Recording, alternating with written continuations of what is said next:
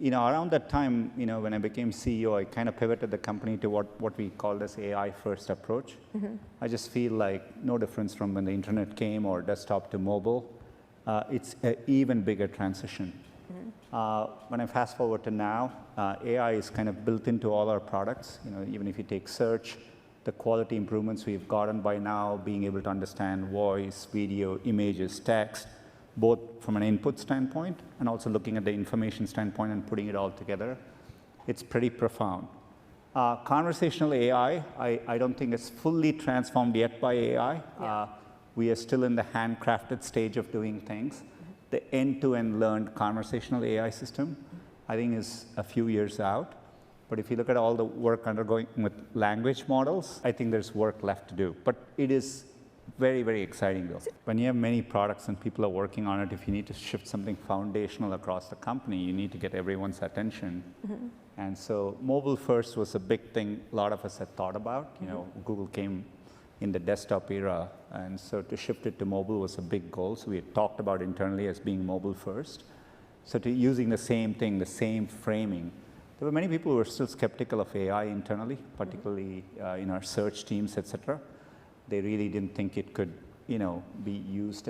So to capture that shift, to tell everyone this is as big as a mobile shift, and I always thought, I've said this before, I think it's one of the most profound things we're working on as humanity, and so, wanted to make sure the company snapped up and shifted. So it was a big call to arms. We have processes like OKRs, so we wrote goals for the company, and if I look at what Google AI and DeepMind has done, with the founders, but extraordinary teams. I heard about AlphaFold earlier, or a lot of the transformer work that underpins a lot of language models was done at Google. And so we're committed to being state of the art. We are using it across our products.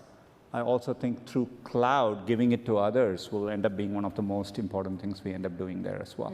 I do think of horizontally, if there's one thing that underpins Google and the other bets in Alphabet, it is applying. Historically, we would think of it as deep computer science, but it's increasingly AI. So to me, what makes search better is the same as what is going to help us solve self-driving cars or robotics, or partner with pharmaceutical companies to help solve drug discovery. I think the technology that underpins, is AI, and so that's how I think about what we do foundationally. Look, I think, the thing about being in tech is, competition comes from nowhere. None of us were talking about TikTok 3 years ago. So I think you have to be open-minded. In the big areas we do, what I think is knowledge and information and then computing, obviously, we compete with, be it Amazon, Apple, Microsoft, AI, right. Facebook, and so on, emerging competitors like TikTok, YouTube. So I think it keeps growing. I'm not even mentioning the competitors from China or someone, the Tencents and Alibaba and the ByteDances of the world too. So there's so much investment in tech.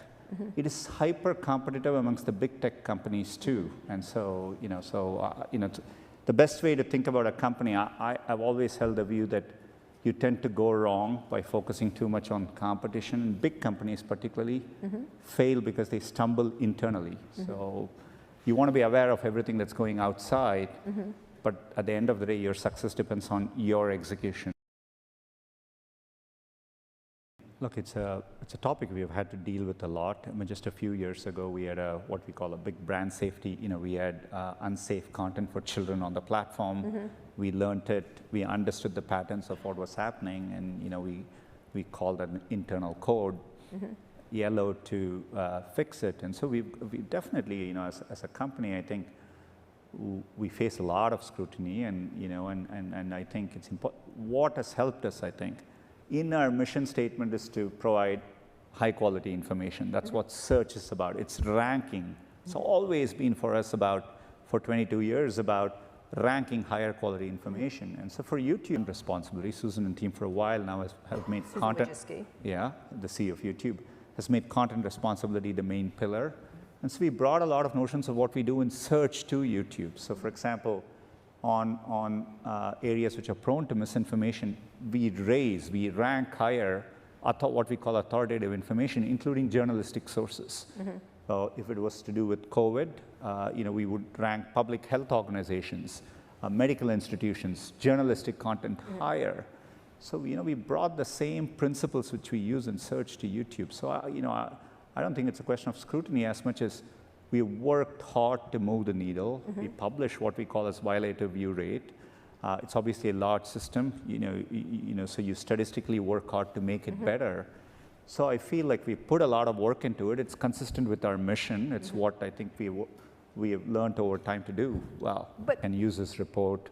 Do you have a mechanism in place to remove direct violent content, which calls for violence, et cetera? Right.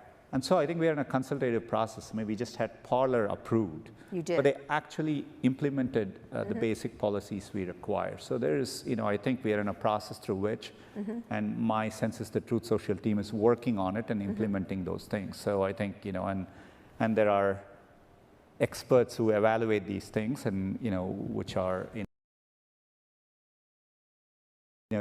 the account is still there, all the videos are viewable. The ability to upload new videos is not available on the platform right now. But it was never a very active platform, I don't think. This was where there was a lot of activity going on either. So I think that's where that's not assess the situation. I do think it's important. As I say, we have policies in place. We have clear ways by which people can come back. Almost always, I think it's important to protect and give freedom of speech. So that's the general lens with which we will think. I think the issue is more nuanced. I think, there have been many times in the course of history where a small set of people have had an opinion and, people have tried to suppress it. So I think it's important to protect it. And I think that's what the internet enables too. You're absolutely right. There's you have to balance it against hate speech, harassment, threat of violence, and inherently there is a balance here. So I don't think there's any silver bullet, but which is why we have a 3 strikes policy. We consult with experts, write policies. So when it came to terrorism, we consulted with many nonprofits, law enforcement. We constantly refine policies, and so you apply yourself to get better at this. Subscribe and click on the bell, like and comment on the video.